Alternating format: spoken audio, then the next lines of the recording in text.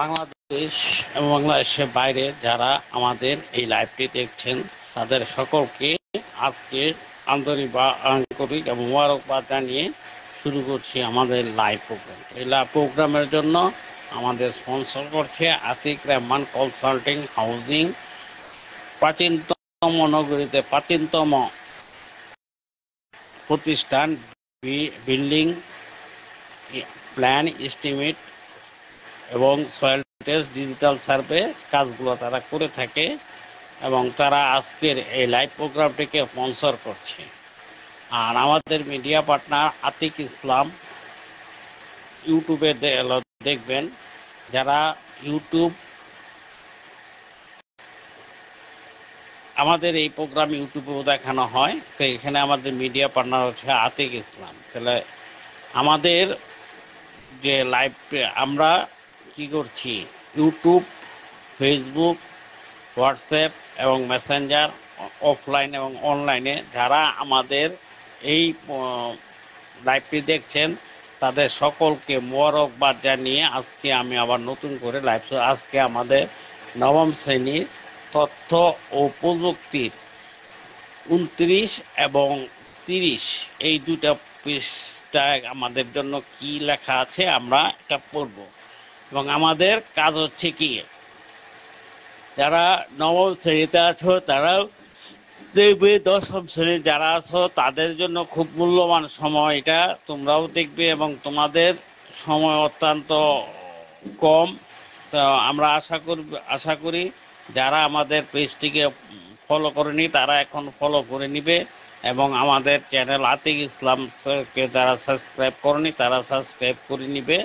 এবং আমরা আজকে তোমাদের ধন্যবাদ মোবারকবাদ জানিয়ে এবং প্রতিদিনের মতো আজকেও আমরা তোমাদের সামনে আমাদের আরেকটি লাইভ উপস্থাপন করছি।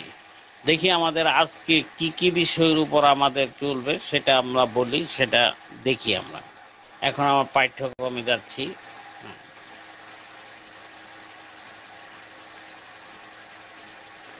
এখন আমাদের এখানে আছে, আজকের আমাদের বিষয় হচ্ছে ফেক নিউজ। ফেক নিউজটা কি, আমরা এখন তোমাদের ফেক নিউজ সম্বন্ধে বলবো। দেখা যায় সংবাদ হিসাবে উপস্থাপিত কোনো মিথ্যা বা বিজ্ঞান তথ্য মানুষকে যা মানুষের মতামতকে প্রভাবিত করে ইচ্ছা করতে কি ছড়িয়ে দেওয়া যায়, সেটাই হচ্ছে ফেক নিউজ। ফেক মানে কি, মিথ্যা নিউজ। যেমন কয়দিন আগে আমি দেখলাম একজন বলছে অমুক নেতা মারা গেছে, অমুক নেতা, কিন্তু বাস্তবে তা হয়নি। এটা কি সম্পূর্ণভাবে ফেক নিউজ। ফেক নিউজ মানে কি, এটি সম্পূর্ণ বানোয়াট গল্প এবং জনসাধারণকে বিভ্রান্ত করে এবং তা কি করে একটা এজেন্ডা প্রচার করার জন্য ব্যবহৃত হয়। সামাজিক ব্যবহারের যুগের ফলে ফেক নিউজ বিস্তারের দ্রুততার সাথে ঘটেছে। মানে আমাদের এখানে হয়েছে কি, কোনো একটা নিউজ সহজে থাকছে না, যে কারণে কিছু সেটা সামাজিকভাবে তাড়াতাড়ি সব জায়গায়, দেশ বিদেশ সকল জায়গায় পৌঁছে বলে। এবং ফেক নিউজে বলে পৃথিবীর অনেক রাজনৈতিক এবং ধর্মীয় সংঘাতের সৃষ্টি হয়েছে। আমাদের বাংলা ভাষায় একটা প্রবাদ আছে, চিলে কাক নিয়ে গেছে।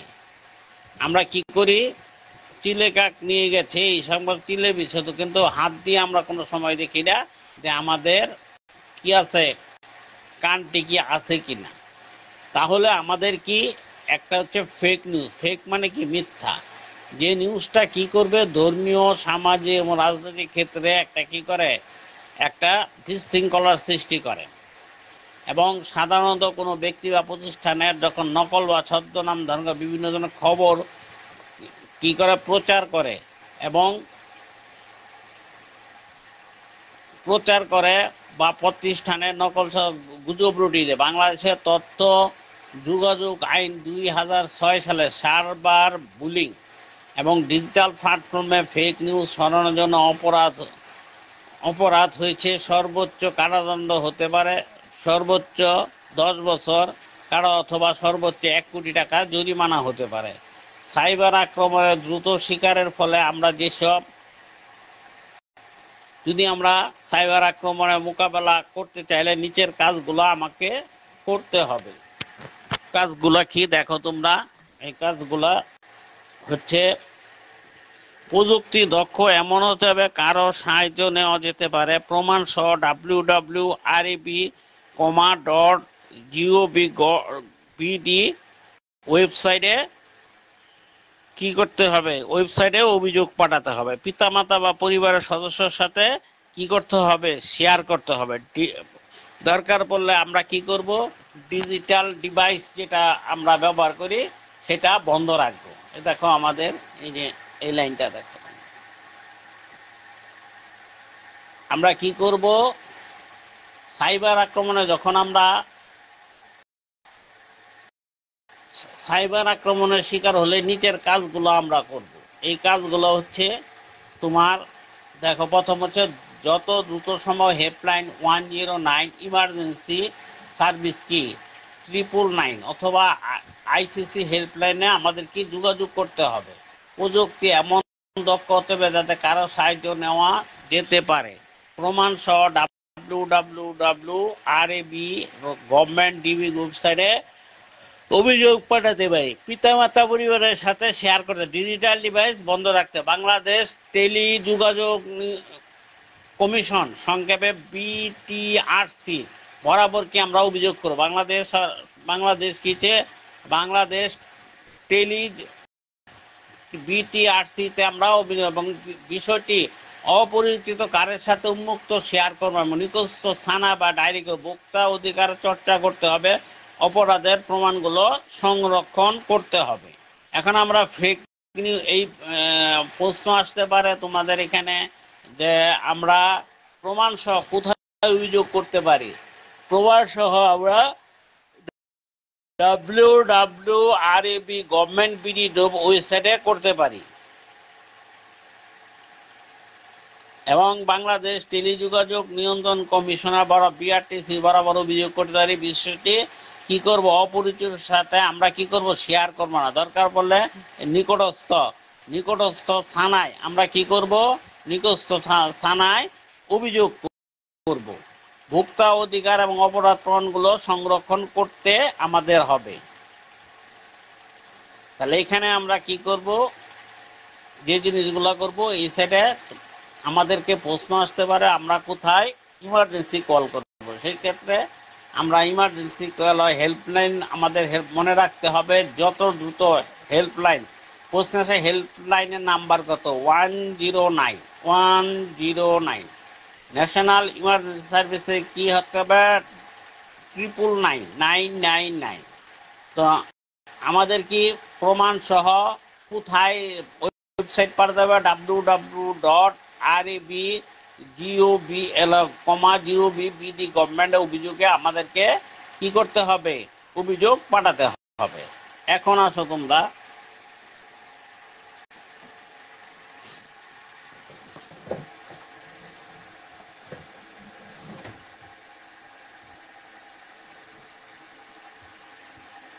এখন আমরা যাই 29 পৃষ্ঠায় আমাদের 29 পৃষ্ঠায় আমাদের কি বলা হয়েছে।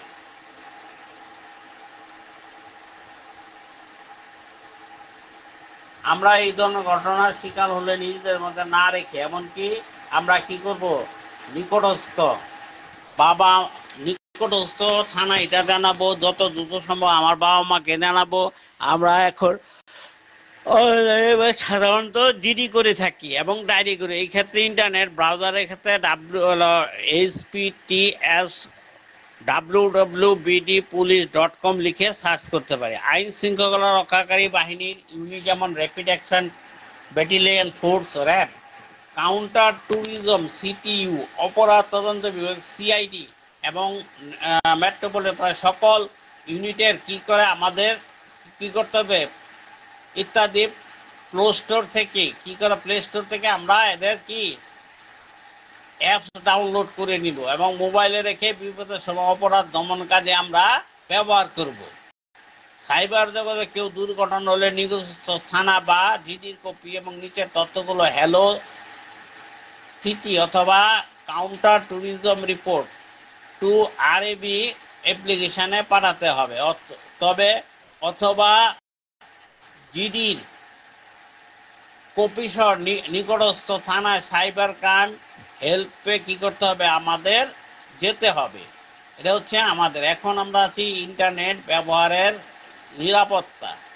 যেহেতু আমরা সবাই এখন কি করি, ইন্টারনেট ব্যবহার করি, ইন্টারনেট ব্যবহারের ক্ষেত্রে একটা নিরাপত্তা কৌশল আছে। নিরাপত্তা কি করে, অনলাইনে কোনো ব্যক্তিকে কি করতে পারে, হুমকি ব্যক্তিগত এবং ব্যক্তিগত ডিভাইস সমূহ অনলাইনে যে কোনো সময় আমাদেরকে হুমকি দিতে পারে। তথ্য এবং ডিভাইস কি কে আমাকে রক্ষা করতে হবে। এই এই করার জন্য আমরা নিম্নলিখিত পদ্ধতিগুলো জিনিসগুলো ব্যবহার করে দিতে পারি। একটা হচ্ছে two factor application, 2FA, two factor application, শক্তিশালী পাসওয়ার্ড ব্যবহার করা। এই প্ল্যাটফর্মে পাসওয়ার্ড যে প্লাসওয়ার্ড সকল ডিজিটাল প্ল্যাটফর্মে একই পাসওয়ার্ড ব্যবহার করা। এবং সোশ্যাল মিডিয়ায় অ্যাপ্লিকেশন থেকে অ্যাপসগুলো নিয়মিত আপ টু ডেট করতে হবে। সোশ্যাল মিডিয়া একান্ত ব্যক্তিগত তথ্য এবং দেওয়া থেকে আমরা সব সময় কি থাকবো, বিরত থাকবো। এবং সোশ্যাল মিডিয়ায় ব্যক্তিগত পরিচয় তথ্য, পিন নাম্বার কারোর সাথে আমরা কি করব না, শেয়ার করব না। ডিভাইসে অ্যান্টিভাইরাস বা ফায়ারওয়াল সুরক্ষা থাকতে হবে। তাহলে আমরা কি কি করব, প্রথমত টু ফ্যাক্টর আইডেন্টিফাই 2FA চালু করতে হবে। শক্তিশালী পাসওয়ার্ড ব্যবহার করতে হবে, কারণ শক্তিশালী পাসওয়ার্ড ব্যবহার না করলে যে কোনো সময় তোমার তথ্য যে কেউ হ্যাং করে নিতে পারে। শক্তিশালী কম্পিউটারের সফটওয়্যার অ্যাপ্লিকেশনগুলো নিয়মিত আপ টু ডেট করবো, যেমন আজকে আমি করেছি। তারপরে আমরা কি করতে হবে, আমাদেরকে এগুলো আপ টু ডেট করে নিতে হবে। ডিভাইসে অ্যান্টিভাইরাস এবং ফায়ারগুলোকে সুরক্ষা করতে হবে। সেই পর্যন্ত গেল ইন্টারনেট ব্যবহারের কৌশল। এখন হচ্ছে আমরা আছি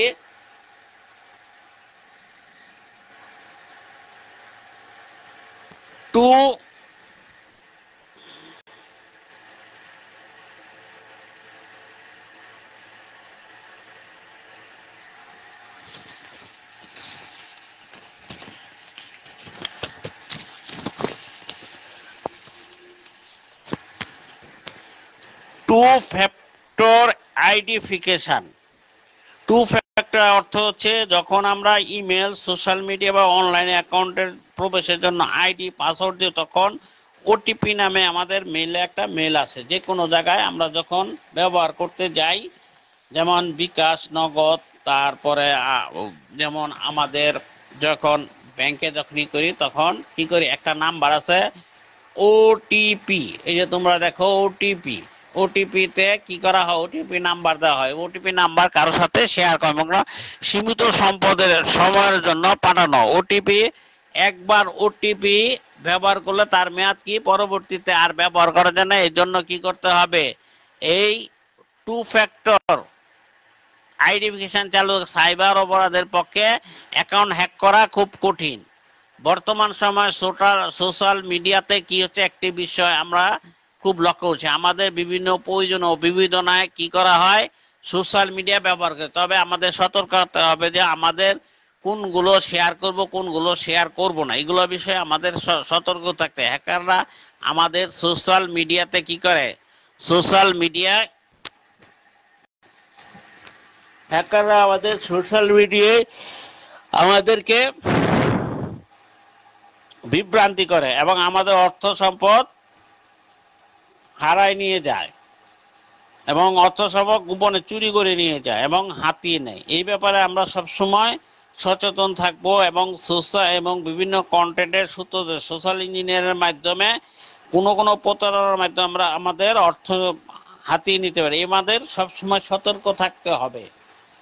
আমাদের সবসময় কি সতর্ক রাখতে হবে, যাতে আমাদের কোনো মিডিয়ার মাধ্যমে আমাদেরকে কোনো ক্ষতিগ্রস্ত না করে না পারে। আচ্ছা, আজকে আমাদের লাইভ এখানেই শেষ করছি। আগামীতে আমরা আসবো কম্পিউটারে ইন্টারনেট ব্যবহারে আসক্তি। তোমরা সবাই ভালো থাকবে, আমি তোমাদেরকে ভালো রাখবো এবং তোমাদেরকে আরো ভালো ভালো কন্টেন্ট দেওয়ার, লাইভ দেওয়ার জন্য চেষ্টা করব। তো আমরা আনোয়ার হোসেন ইজ ওয়াচিং, উনি দেখছেন, উনাকে আমরা শুভেচ্ছা এবং মর্যাদা জানাচ্ছি। এবং আমাদের এই পেজটিকে ফলো এবং আতিক ইসলাম ইউটিউব চ্যানেলকে সাবস্ক্রাইব রাখেন, যে কোনো আমাদের যে কোনো আপগ্রেড আপনারা এখানে পেতে পারেন। তো আজকে এই বলেই আমরা আমাদের কি করছি, লাইভটি শেষ করছি। এবং দশম শ্রেণীর ছাত্রছাত্রীদের কাছে আমার একটাই অনুরোধ থাকবে, তোমরা এখন থেকে পড়াশোনা শুরু করে দাও এবং তোমাদের সামনে তোমাদের রেজাল্ট করার জন্য প্রতিটি সময় এখন মূল্যবান, এবং মূল্যবান সময়কে তোমরা কাজে লাগাবে আমরা আশা করি। এবং আমার পক্ষে থেকে তোমাদেরকে যথেষ্ট পরিমাণ হেল্প করব। আমার হোয়াটসঅ্যাপ নাম্বার 018184088158, তোমরা এখানে যোগাযোগ করবে এবং তোমাদের কোনো সমস্যা থাকলে সেটা আমার সাথে আলাপ করবে এবং শেয়ার করবে। আমি সেটা যে কোনো লাইভে সেটা তোমাদেরকে সমস্যার সমাধান করে দিতে পারবো। তো আজকে রাখি, এবং সামনে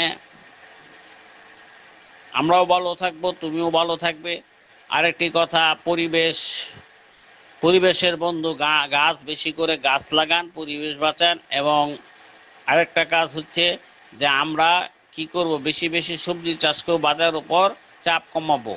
তো এই আশা এবং ব্যর্থ ও প্রত্যয় রেখে আজকে লাইভ এখানে শেষ করছি। আল্লাহ হাফেজ। Tomorrow I see you again. আল্লাহ হাফেজ। Everybody is happy. Now finished my live. You watch the YouTube Atiq Islam and Facebook Atiq Islam. Thank you for all.